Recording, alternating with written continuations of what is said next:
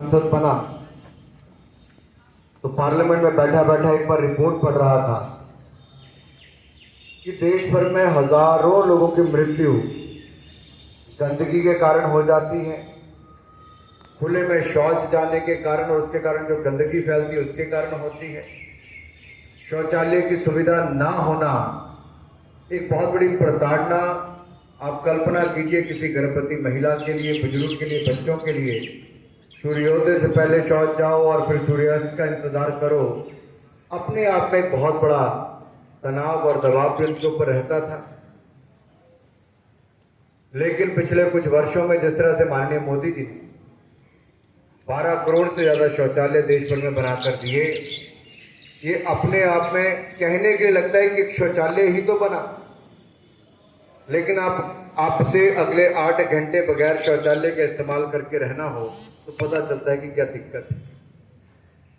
एक बहुत बड़ा बदलाव देश भर में आया, गंदगी से कम करने की ओर भी चले तो दूसरी ओर एक आदत बन गई थी खाया पिया और वहीं पर फेंको और आगे निकल गए। ये सोच बदलने का प्रयास किया। अधिकतर देखा जाता है बड़ी बड़ी गाड़ियों में लोग चलते हैं, हाथ में बिस्किट, चिप्स या बाकी टॉफियों के पैकेट रैप लेंगे तो सड़क पे फेंक देते थे। लेकिन एक अभियान के रूप में स्वच्छता अभियान जब चला, सोच बदली लोगों, और सोच बदलने के साथ स्वच्छता अभियान के कारण पहले से बहुत बदलाव आया है। लेकिन अभी बहुत लंबी ये लड़ाई है। मैं देखता हूं बच्चों में बहुत बड़ा बदलाव आ गया है, वो अब वैसी गलती पहले की तरह नहीं करते हैं। लेकिन साथ ही साथ आपको अपने परिवार में भी और समाज के बाकी लोगों को भी स्वच्छता अभियान से जोड़ने की आवश्यकता है। हम कैसे ज्यादा से ज्यादा इस अभियान से जुड़ सकें। हमारा अपना घर हो, आपको भी हफ्ते या 15 दिन में एक बार ये जरूर ध्यान देना चाहिए कि आपके घर में ऐसी कितनी चीजें हैं जो शायद पिछले 3 साल में, 5 साल में पड़ी होंगी, लेकिन उसकी कभी इस्तेमाल करने की जरूरत नहीं पड़ी। वो घर का एरिया भी रोक के रखा होगा, गंदगी भी होती होगी, मिट्टी भी जमा होती होगी। इसी तरह से आपकी गली हो, मोहल्ला हो, अगर टीमें बनेंगी तो स्वच्छता अभियान के कारण गंदगी मुक्त भी हमारा इलाका हो पाएगा। बहुत सारे लोगों ने देश भर में करने का काम किया और NYKS को जब हमने ये पिछले साल 1 अक्टूबर को कहा कि 2 अक्टूबर को महात्मा गांधी जी का जन्मदिन होता है और 31 अक्टूबर को सरदार पटेल जी की जयंती, राष्ट्रीय एकता दिवस मनाने का हम काम करते हैं, तो इस पूरे 1 महीने में हमें 75 लाख किलो प्लास्टिक वेस्ट इकट्ठा करना है। मुझे कहते हुए प्रसन्नता होती है कि आपने 75 लाख किलो नहीं, 114 लाख किलो पूरे देश भर में वेस्ट इकट्ठा करने का काम किया। आज के युवा प्रण ले तो कुछ भी हो सकता है। आपदा के समय दुनिया भर में जहां संकट था, लोग कमरों में बंद थे, घरों में बंद थे, उस समय भी NYKS और NSS के वॉलंटियर्स ने मास्क बनाकर और वितरण करने का काम देश भर में किया। करोड़ों मास्क बनाकर वहां पर दिए गए। ये भी एक बहुत बड़ी भूमिका आपकी थी। आरोग्य सेतु ऐप को जन जन तक इस आवाज को पहुंचाना, जागरूकता करना। आरोग्य सेतु ऐप के बारे में भी आपने बताया, कोविन ऐप के बारे में भी आपने बताया। आज दुनिया के बड़े बड़े देश, कई जगह पर आज भी लॉकडाउन है। चाइना में आज भी बहुत सारे शहरों में लॉकडाउन है, लेकिन आपके प्रयासों के कारण ये दोनों एप्लीकेशंस का दुनिया को पता भी चला, वैक्सीन के लिए रजिस्ट्रेशन भी करवाई और वैक्सीन लगाने के साथ साथ उनको सर्टिफिकेट भी डिजिटल मिला। आज भारत के लोग दुनिया में कहीं भी ट्रैवल कर सकते हैं। दुनिया के बाकी देशों में आज भी हाथ से लिखकर सर्टिफिकेट दे रहे हैं। ये टेक्नोलॉजी का उपयोग जो माननीय मोदी जी ने किया और आपने उसको जन जन तक पहुंचाने का काम किया, इसका बहुत बड़ा लाभ भारत को मिला है। यही नहीं मित्रों, स्वच्छता अभियान के बहुत सारे मायने हैं। अगर आप इसको नियमित रूप से करेंगे तो मुझे पूर्ण विश्वास है हम इसमें एक बहुत बड़ा बदलाव ला सकते हैं। आज जहां से हमने कार्यक्रम की शुरुआत की, पहले मन यह था कि वहीं पर स्वच्छता अभियान करेंगे, फिर देखा वो इलाका इतना साफ सुथरा है कि वहां पर स्वच्छता क्या कर सकते हो। लेकिन जो भी स्थान हमें जहां पर मिले, हमें वहां पर स्वच्छता करनी। मान लीजिए हमारी ये ग्राउंड है, होता क्या है, खिलाड़ी भी अगर डस्टबिन भी नहीं है तो एक कोना कहीं पर सब इकट्ठे मिलकर अगर वहां पर रखेंगे तो उठाना भी उसको आसान होता है। ये बातें छोटी हैं लेकिन मैं इसलिए कर रहा हूं कि इससे बहुत बड़ा बदलाव आता है। हम किसी कार्यक्रम में जाते हैं, वहां चाय या कुछ खाने के लिए देते तो हम लोग देखते हैं लोगों ने खाया और वहीं पर फेंक दिया। एक बड़ा बदलाव हमने समाज में देखा है कि सब लोग इकट्ठे उठकर एक कोने में जाकर उसको रख देते हैं और लोगों को उठाना भी, उसको साफ करना भी आसान होता है, ताकत भी कम लगती है। मित्रों, फिट इंडिया कैंपेन की अगर मैं बात करूं, देश में फिटनेस को आगे बढ़ाने के लिए प्रधानमंत्री मोदी जी ने लगातार खेलों की सुविधाओं को भी बढ़ाया है, जागरूकता भी फैलाई है। और फिट इंडिया मोबाइल ऐप, ये भी आप अपने मोबाइल फोन पर डाउनलोड कर सकते हैं। आपस में एक दूसरे से कंपटीशन कर सकते हैं और चुनौती दे सकते हैं कि कौन ज्यादा फिट है। आज एक यूथ क्लब ने जैसे यहां पर अपना कार्यक्रम किया, 6 साल के बच्चे ने जो करके दिखाया है वो अपने आप में दिखाता है कि फिटनेस किस स्तर पर हो सकती है।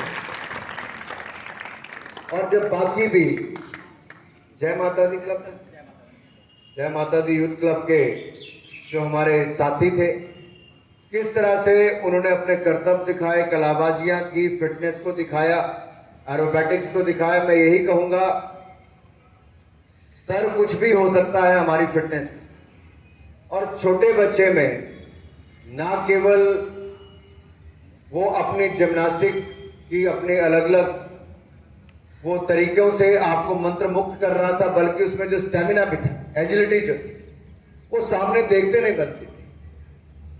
ये अपने आप में नए भारत का एक उदाहरण है। और मैं कह सकता हूं फिट इंडिया कैंपेन को लेकर आप सब ब्रांड एम्बेसडर बन सकते हैं। जो मेरे सामने यहां पर एकेडमी के बच्चे भी बैठे हैं, कोई साई की एकेडमी के हैं, कोई केडी सिंह बाबू राज्य की सरकार की एकेडमी के हैं। आप सबको अपने अपने क्षेत्रों में भी अलग अलग खेलों को बढ़ावा देने की आवश्यकता है।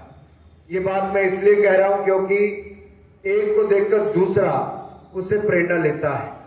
कोई अच्छा खिलाड़ी जब मेडल जीत कर आता है, अखबार वाले उसका नाम पेपर में छापते हैं, टीवी वाले उसको दिखाते हैं, तो अपने क्षेत्र के लिए एक बड़ा प्रेरणा का स्रोत बन जाता है।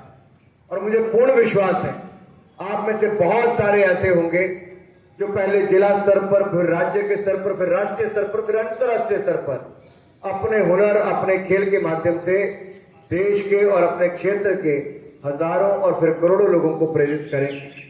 मित्रों, ठीक कहा आरपी सिंह जी ने, भारत की मेडल की संख्या कम होती थी।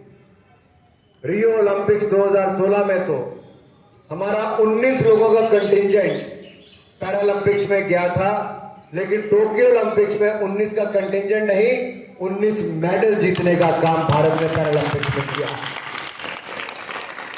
इसी तरह से ही टोक्यो ओलंपिक्स में 7 मेडल जीतने का काम, डेफ ओलंपिक्स में 16 मेडल जीतने का काम किया। आईबीए वुमेन वर्ल्ड चैंपियनशिप में भारत तीसरे नंबर पर आया।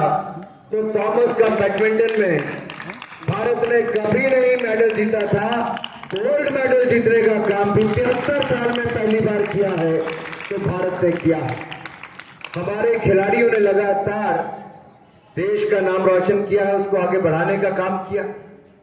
मुझे याद है उपेंद्र जी जब राज्य के खेल मंत्री थे तो हमने बहुत सारे इंडोर स्टेडियम्स यहां पर बनाने की शुरुआत की, बहुत सारे खेल स्टेडियम बनाने की शुरुआत की, आउटडोर फैसिलिटीज भी खड़ी की। मुझे पूर्ण विश्वास है उस दिशा में हम और आगे काम करेंगे और खेलों की कोई सुविधा कम ना हो, ऐसा भी हम सबका प्रयास रहेगा। फिट इंडिया रन में आप सब शामिल हुए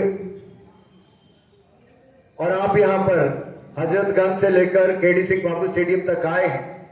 रास्ते में मैं देख रहा था भारत मां की जय गूंज के जो आप जय घोष कर रहे थे, बार बार नारे लग रहे थे। ये युवाओं का जोश, आजादी के 75 वर्ष जब हम मना रहे हैं, ये जोश देखने से नहीं बनता कि क्या जोश है आपके युवाओं में। और मैं आपसे निवेदन करता हूं, ये जो अमृत काल है, ये जो यात्रा हमारी 75वीं वर्षगांठ से 100वीं वर्षगांठ तक की है, आपको संकल्प लेना है कौन सा एक ऐसा क्षेत्र जहां पर आप बदलाव देखना चाहते हैं, उस क्षेत्र के लिए आप 25 वर्ष अगले लगातार काम करते रहें। चाहे वो फिटनेस की बात हो, क्लीनिनेस की बात हो, स्वच्छता की बात हो। अगर स्वच्छ भारत होगा तो स्वस्थ भारत होगा, स्वस्थ भारत होगा तो सशक्त भारत का निर्माण भी उसी राह से होगा मेरे मित्रों। इसलिए आप बहुत बड़ी भूमिका निभा सकते हैं। आपके ही इस शहर में आज भी हजारों युवा ऐसे होंगे जो अभी भी घरों में सोए हो, लेकिन आपके आज के इस कार्यक्रम को देखकर सैकड़ों नहीं तो हजारों प्रेरित हो। वो भी सड़कों पर निकलेंगे, वॉक करने के लिए निकलेंगे, नहीं तो दौड़ लगाने के लिए निकलेंगे। और यही एक बदलाव हमें समाज में देखना है। मणिपुर में जाइए, आप किसी को सड़कों पर नहीं देखेंगे। भाई महेंद्र सिंह जी हमारे पार्टी के बहुत वरिष्ठ नेता हैं। ये पूर्वोत्तर के राज्यों में इन्होंने पार्टी के राष्ट्रीय सचिव रहते बहुत काम भी किया। इन्होंने देखा होगा मणिपुर की सड़कों में विशेष तौर पर सुबह सुबह कोई सड़क आपको ऐसी नहीं मिलेगी जहां पर बुजुर्ग लोगों से नौजवानों तक वॉक करने से, दौड़ लगाने तक पीछे रह जाते। ये हमारे संस्कृति का एक भाग बन गया, वहां एक हिस्सा बन गया। और ये कल्चर स्पोर्ट्स का और फिटनेस का अगर हम पैदा करेंगे तो स्वच्छ भारत और स्वस्थ भारत को आगे करने का काम कर सकते हैं। ये दोनों काम साथ साथ हो सकते हैं, लेकिन जरूरत है एक प्रयास करने की। स्पोर्ट्स डिपार्टमेंट का काम खेलों को आगे बढ़ाने का है, फिट करने का है। वहीं पर NYKS का और NSS का काम ऐसे इनिशिएटिव्स को जन जन तक पहुंचाने का है। तो मेरा निवेदन रहेगा, हम केवल बड़े खेल मैदानों तक सीमित ना रहें। जैसे प्रभात फेरी होती है उसी तरह से ही क्या हम वॉकथॉन हो, फिट इंडिया रन हो, क्या हम ऐसे लगातार अलग अलग मोहल्लों में, अलग अलग सोसाइटीज में, अलग अलग क्षेत्रों में कर सकते हैं?